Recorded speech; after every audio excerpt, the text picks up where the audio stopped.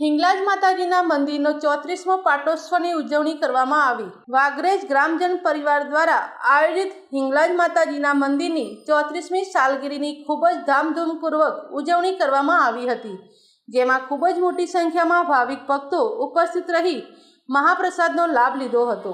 સાથે વાઘરેજ ગામના અગ્રણી હરેશભાઈ હિંગલાજ માતાજીના મંદિરની પૌરાણિક કથાનો પરિચય આપ્યો હતો। આ પાટોત્સવને સફળ બનાવવા માટે વાઘરેજ ગામના તમામ યુવા મિત્રોનો સહયોગ રહ્યો હતો।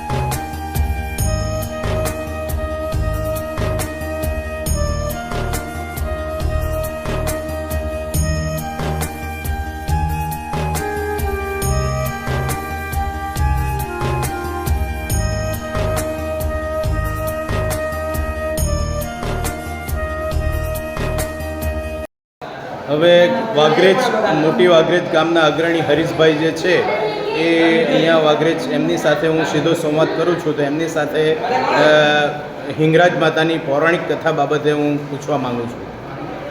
જણાવો હિંગરાજ માતાની પૌરાણિક કથા બાબતે।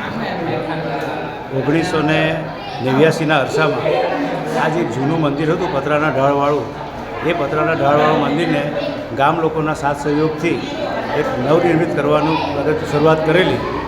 એ સમયગાળામાં જ્યારે ઉપર પતરાનો સેટ દૂર કરવામાં આવ્યો, એની પહેલાં આ મૂર્તિ પથ્થર સ્વરૂપે લોકો પૂજતા હતા।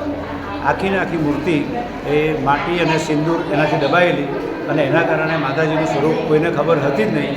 એ વખતે વડીલોને પણ આ બાબતની જાણ ન હતી, પરંતુ જ્યારે ઉપરથી પતરાનો સેટ દૂર કર્યો અને સૂર્યનો તાપ લાગ્યો, તડકો લાગ્યો, એનાથી આ મૂર્તિ ઉપરથી થોડું પડ ઉખેડાયું અને વડીલોને શંકા ગઈ અને એને ધીમે ધીમે એને સાફ કર્યું। તો એમાંથી અત્યારે હાલમાં આપણે જે જોઈ શકીએ છીએ એ આખીને આખી મૂર્તિ, સ્વરૂપવાન મૂર્તિ એમાંથી પ્રગટ થયેલી 1990માં।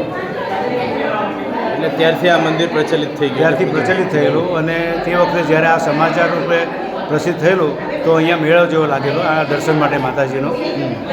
આ કેટલામી સાલગીરા છે હિંગરાજ માતાની? 34મી સાલગીરા છે, અને ગામના યુવાનો મિત્રો ખૂબ જ ઉત્સાહથી આની ઉજવણી કરે છે। આપ જોઈ શકો છો આજે પણ મહાપ્રસાદનું આયોજન દર વર્ષની જેમ કરવામાં આવ્યું છે, અને એમાં ઉત્સાહથી બધા ભાગ લે છે। બહેનો, ભાઈઓ, આખું વાઘરેજ ગામ અને આજુબાજુ દિલ્હીપુરા વિસ્તારના લોકો પણ આમાં સહયોગી થાય છે। લોકોના સહયોગથી જ મહાપ્રસાદનું આયોજન પણ થાય છે। Bureau report, Hemal Patel, Bilimora.